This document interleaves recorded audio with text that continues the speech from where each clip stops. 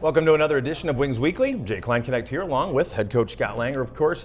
Coach, a nice weekend where you were able to sweep the Wilderness. We'll recap real quickly here with a 4-3 overtime win Friday. Bendorf got them started, followed by Pokorny and Beatty, and then Pokorny with a strip score to win it.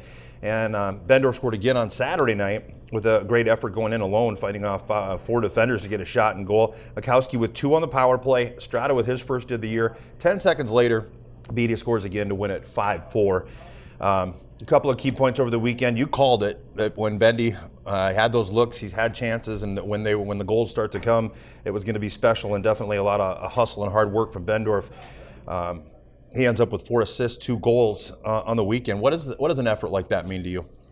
Well, I mean, it's the difference between winning and losing, and I thought his whole line played well. And obviously, he reaped some of the benefit of that, and I think Beatty did too. I mean, the play at Kennedy has been outstanding as well, and it's just a matter of time before the puck starts falling for him too. But it's great when your veterans step up and you see that type of leadership like John Bendorf had, and you look in the showcase, he's had some of those same chances that if they would have went to the back of the net, we probably wouldn't have been 2-2.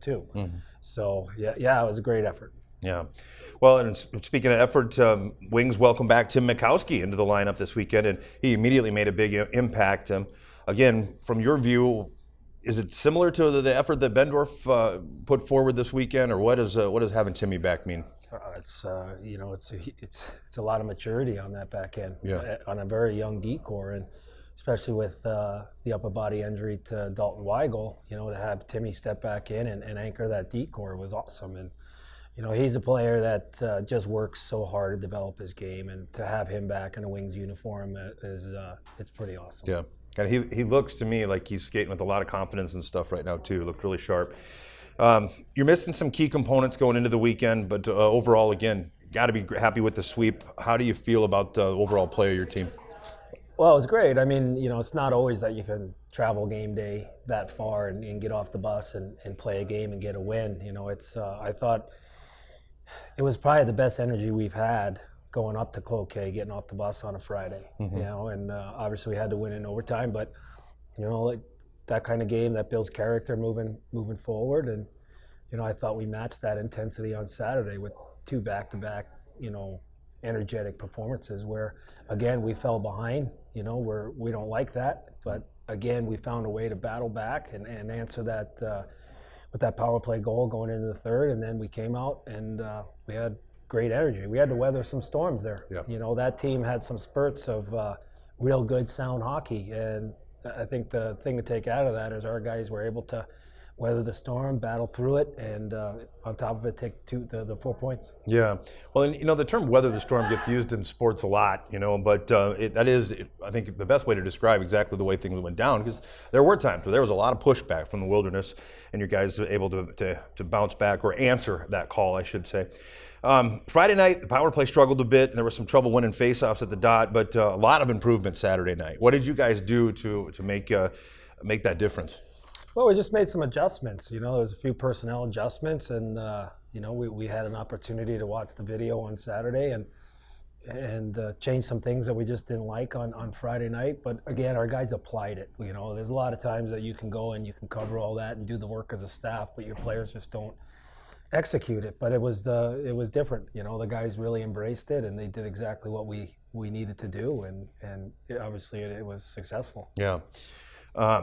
Again, a big performance when it comes to the 2 power play goals from Mikowski, and you guys were, I think, if I'm not mistaken, 50% on the power play, and the kill was strong.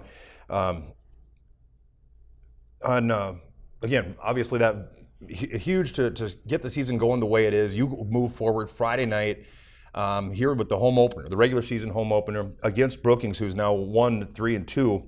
They struggled a bit against Minot this past weekend, being shut out and allowing 13 goals. They're going to be looking for a redemption, I would imagine. What do you expect from the Blizzard as you look forward to this weekend? I think they're going to be caged animals coming out just ready to redeem themselves, and that's credit to Mo.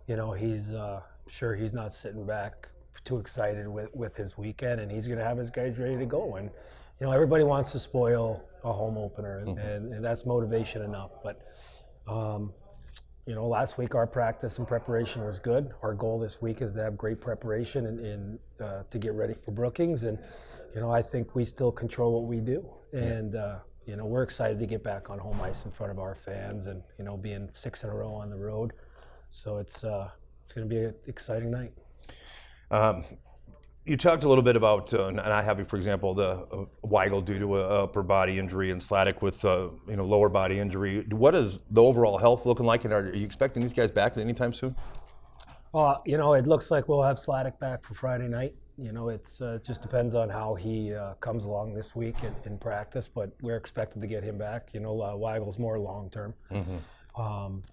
But we have guys that are stepping up, so it's a nice thing from the coaching side to have guys around that will insert into their spots. And you look at the job Thomas Rocco's done in the time Sladek's been away. I mean, it's to have a young guy like that come into junior hockey in the North American Hockey League and to play the way that he's been playing, it's awesome. He's made it for us as a coaching staff to be able to utilize him on the wing, on the center, in multiple lines, multiple situations. It's always terrible having a guy like John Sladek out of the lineup, but when you have a guy like Thomas Rocco, have kind of a coming out party, that's awesome to see. Yeah, it takes the sting out of that loss a little bit too. Coach, you touched on preparation. Do you do anything different as the week goes along, or is it kind of, standard at this point? No, there's nothing standard. We have to get better. We gave up 7 goals on the weekend. We took 4 points, but giving up 7 goals is not what we do. So we're going to work towards, being better defensively and not giving up so many odd man rushes and obviously continue our specialty teams. But it has to get part of our game where we are just not wanting to be scored on. And that's going to be a lot of focus of this week. Yeah, Matt Vernon played, well. I thought the chances or the goals he did give up were on difficult saves and so on, but and he made some big saves on Friday night, especially the penalty shot. There were a couple that I can think of. He played pretty well overall, I thought. But again, you make the initial save and he's got to make a second and a third in a row. That makes it tough. But I thought Vernon played well. What were your thoughts there? Yeah, he was outstanding. He made some saves in that first game in overtime that were unbelievable. That gave us the ability to hang around and eventually get the goal by Pokorny. And then again, his back-to-back efforts were solid. I mean, he seems to make the big save when we need it. When he does give one up, he battles back and he's strong. He doesn't let it bother him. And I think that's going to equate to being one of the top goaltenders in the league. Yeah, I would agree with that. All right, Coach, well, I tell you what, I won't keep you much longer here. I've got a couple of players that are going to be joining us for the second segment, but I sure appreciate you coming on the show and talking with us a little bit here on Wings Weekly. Thank you. All right, we'll be back with the second portion of Wings Weekly coming up after these words from our sponsor. Let's make a taco. No, seriously. Start with a tortilla, soft tortilla. Warm it, kiss it. Don't kiss it. Chicken? How about tequila lime chicken? Now we're cooking. Slice this, peel that, snip those. Salsa? Verde. Cheese? Cotija. Oh, forgot to mention. Guac. That's better. See, anyone can make a taco, but we're not anyone. We're Qdoba, and these are knockout tacos. Qdoba Mexican Eats. Choose flavor. Welcome back to Wings Weekly. Jay Klein Connect with you here in the second segment of today's program. And our guests today are both from north of the border, Nick Sicoli of Sault Ste. Marie, Ontario, Canada, and with Max Salpeter of St. Albert, Alberta, Canada. Gentlemen, thank you for coming on the show here today. Thanks for having us. All right. Well, let's start with you, Nick. You're the captain of this team and a guy that's been here obviously last year and so on too. What does it mean to you personally to be named captain? Well, obviously, it's a huge honor. To have the coaching staff consider me one of the leaders on the team. That's a big deal to me. I pride myself in being a leader on this team. I pride myself in working hard every day and getting everybody else prepared for the weeks upcoming. Mm-hmm. All right. Well, and we'll touch on a little bit more of that here in just a moment. But Max, I wanted to go over to you now. You're new to this team. How has Aberdeen treated you so far? Oh, it's been awesome. Great city. Fans are obviously unbelievable. The rink is and the dressing room are top notch. So yeah, everything's been awesome so far. Well, while you're new to the Wings, you're a veteran guy. You've been around junior hockey for a stretch now. Can you walk us through your career a little bit up until this point? Yeah, so I started when I was 17 playing Camrose, Alberta, and then ended up getting traded to Drayton Valley, Alberta, and then the year after that, traded to a team in Saskatchewan called Notre Dame, and then I was drafted by the Wings this summer. Awesome. Okay. How about, well, for both of you, and I know, Nick, we talked about this a little bit last year, but so maybe we'll start with you, but how about your family life? Or talk us a little bit about your family, about maybe brothers and sisters. Is there anybody else in your family that plays hockey or other sports, that kind of stuff? Hockey's been a big part of my family. My Uncle Mark years ago played for the University of Notre Dame Division I. Years ago, my dad was always involved in the game. He played up until midget. He coached for a while. All my uncles have played hockey, all 4 or 5 of them. My dad and my Uncle Joe have been a huge influence on me ever since I was growing up. They've more or less taught me everything I know about the game, mentally and physically. My mom's been a huge help as well. My whole family supported me. All the decisions I've had to make, all the decisions that teams have made for me, in a sense, they've always been around helping me out. Besides that, even my cousins and that have all been really good supporting. My nan and papa, before they moved on, were always involved in my hockey, always involved in the sport, and they were a huge influence on me as well. Right on. Well, how about like on a weekly basis, or maybe even a day-to-day basis? How often do you check in with, like you were saying, how they help with different things, whether it be physically preparing or whatever it is? You check in with your dad, for example, or your folks, just kind of letting them know how things are going on. Usually after every game, I chat with my dad and my Uncle Joe in particular. They kind of give me what's going on about the game, what they thought, their opinion. My mom always sends me a note afterwards. Mainly I talk to my dad, is obviously my main guy, and then my Uncle Joe as well is a huge influence. They kind of let me know what they saw, what they think, and I give them my thoughts, and we kind of go from there. Little breakdown, huh? How about you, Max? Your family? Yeah, I'm kind of the first one to play high-level hockey in my family, but my dad was a high-level swimmer when he was younger, and so was my uncle. So we definitely have some athletic roots. Sure. And they're really supportive of me, my whole family. My grandparents are huge supporters. They're always texting me, checking in, see how I'm doing. And so is my uncle, my auntie. They're all involved pretty well. So yeah. How do you have any other siblings or anybody else that has played or along the way? My younger brother plays hockey. This is probably his last year. He's getting to the age where he's kind of moving on from it. Right on. But yeah. Okay. Wanted to talk a little bit about like what drives you. And Nick, you're by all accounts a consummate professional, always thinking about the game and like you said, focused on making sure that your team is doing the right things, both physically, as far as preparation goes, on the ice, off the ice, everything. And again, that's a lot of what led to being named captain. What drives you guys? What makes you every day put the skates on and try that much harder, try to improve that much more? I mean, the main thing for me is that it's not really in my nature to do things half speed or, not to the best that I can be. It's just not in my nature. I just can't fathom that. But I mean, the ultimate goal obviously is to play pro level hockey. My thing is, if you don't prepare the right way and you don't prepare with all that you have in you, you're not going to get better. You can't get better going half speed or 3/4 speed. It doesn't work that way, especially at this level, when most or almost all of the guys give it their all every day. You can't get better without giving it your all. Right. There's just no, and not to mention, to me, you can't lead a team being, a guy that's not going hard all the time. It just doesn't work that way. Yeah. Max? Yeah, I think Nick kind of hit it on the head there. You have to be at your best all the time and working hard, because there's however many guys out there working just as hard or harder than you to get to that next level, and if you're not putting in the same effort, then they're gonna go ahead of you. So yeah, always gotta be working hard and giving it your all. For sure. Well, and, I talked with Coach a little about this, and going into the showcase actually, because of the fact that there are so many scouts and so on there. There's a bit of a fine line of being a locker room guy, being a team player, but yet still trying to do your best and move on to bigger, better things and being noticed and so on. How do you juggle that? You know, because obviously by you putting 110% into it, the team is going to be better. But by the same token, you know, you've got other guys in this locker room that you're kind of looking out for. That you're, you know, maybe somebody's not having the best day or game or whatever, and you kind of got to, you know, lend a hand as far as, you know, getting them on the right track. Then you guys got to manage yourselves too. So there's a lot involved. How do you juggle all of that?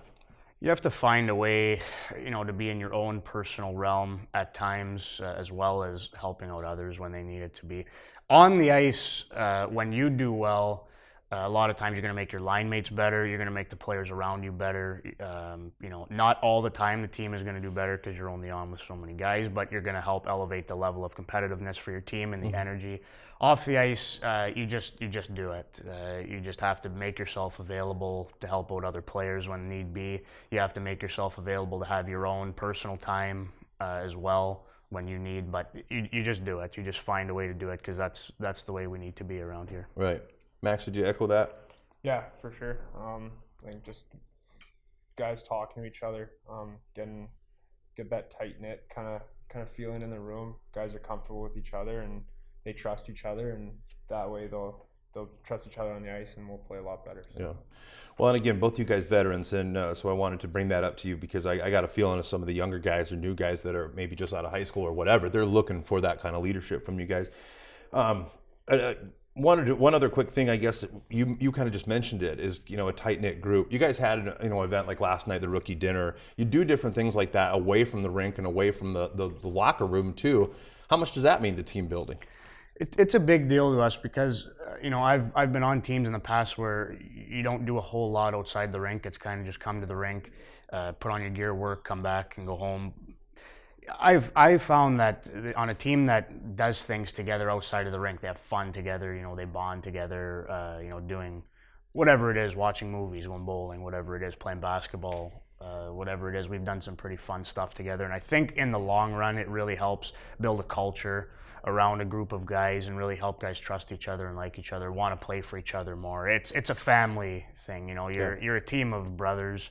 It's not just the hockey. You know, you're a family. You live with each other for, you know, 8-9 months of the year plus. So it's a big deal to us to, you know, to be together a lot. Yeah, Max. Again, you've been around, played on a lot of other junior teams. Is that something that's fairly common, or is that new? I mean, I know the Wings. One of the big things they push, you know, it's on the shirts, it's on the locker room, is family, like Nick mentioned. Mm-hmm. Is that kind of maybe not exclusive, but I guess a little bit more of a focus for the Wings than the other teams that you've been on, or what do you think there? I mean, the camaraderie and the tight knit kind of feeling in the room is pretty common for junior teams. I think it's a matter of who can get that feeling going the quickest. Mm-hmm. Who can chemistry. Yeah, who can get that chemistry going the quickest is going to be the most successful. So I think every team has their kind of own thing that they do to get that chemistry going. But I think that the guys in here have really gelled pretty quick, and definitely doing things like the rookie dinner helps a lot. So yeah. Excellent. All right. Well, you know, obviously great to sweep a weekend like this last weekend, especially on the road. That's hard to do, you know. But maybe not the best hockey that you guys are capable of, or that the team, you know, can do. What do you guys think, as a whole, you need to do to improve and to continue to get better? I think our defensive game overall needs to improve a bit. You know, we got some guys, a lot of young guys that haven't played in the league before. They're still learning their way into the league. I think the turnovers need to be addressed, and I think the turnovers need to stop. That's what's going to kill us in the long run. And the defensive zone, we have a ton of offensive talent. We have a ton of guys that can make plays and score goals. We need to keep the puck out of our net. We gave up 7 goals this weekend. You know, in the long run, that's not good enough. That's not going to win a ton of games. That's not going to sweep too many series. So we got to clean that up. But with all that being said, I'm actually really proud of the way a lot of the young guys have come out and played so far. This weekend in particular, we drove up Friday for 7 hours, got off the bus, played, and won a hockey game. You know, that's pretty tough to do with a veteran team, let alone with a bunch of you know, first-year guys that are not used to the league. So that's huge, and they're learning how to play along on the road. They're learning how to play in tight situations and that's really good as well. So proud of those guys. For sure. Max, what do you think about maybe some direction that the team needs to work on, or whatever it might be? Honestly, I think again, Nick hit it right on the head. Our defensive zone was a little bit sloppy this weekend. A lot of turnovers that probably didn't need to happen. And I think if we clean that up, we'll be a lot better. And that comes down to communication and guys still adjusting to playing together. And we'll definitely get that sorted out as the year goes on. But right now, I think the guys are playing really well. And we're just going to keep moving forward and getting better. Awesome. Well, again, two veteran guys and definitely a professional approach. And I know the Wings fans appreciate it. Love hearing from you guys. So I really appreciate you coming on Wings Weekly and talking with us a little bit and giving the fans a little insight into what your guys' thoughts are and what drives you. So again, thanks for coming on, guys. The home regular season opener coming up Friday, October 5th against the Brookings Blizzard. Doors open at 5:30. The puck always drops at the Odie at 7:15. $10 general admission tickets are on sale now at any of the 4C Express locations in Aberdeen with additional purchase. Season tickets are still available. Call Aaron at 605-380-5852 for more information. Skate with the Wings after the game, always popular. And following Skate with the Wings, the Aberdeen Hockey Association will host a free concert with Bad Dog over in the Expo building. Saturday, October 6th is an off day for the Aberdeen Wings, at least from a playing perspective, but the Wings are going to be helping out with Give Hockey a Shot at the ODI Center from 2 until 4. This event is open to kids between the ages of 4 and 11 who are interested in playing hockey, learning a little something about it. Maybe it's something they'd fall in love with. They will provide everything. No experience is necessary. The Hockey Association will provide the skates, the sticks, everything they're going to need, and they'll get a chance to go out on the ice with some Cougar players, but also with the Aberdeen Wings. And again, a little, maybe even give a little inspiration to somebody who's been thinking about hockey or likes watching, but wants to give it a try. Pretty cool event, so come out and support that. Doors open for all Wings home games at 5:30, and the puck always drops at 7:15, as I mentioned. And for all the latest news and information, visit AberdeenWings.com or follow us on Facebook, Twitter, Snapchat, and Instagram. Once again, I thank Nick Sicoli and Max Salpeter for joining us on the show. That will pretty much wrap up this week's Wings Weekly.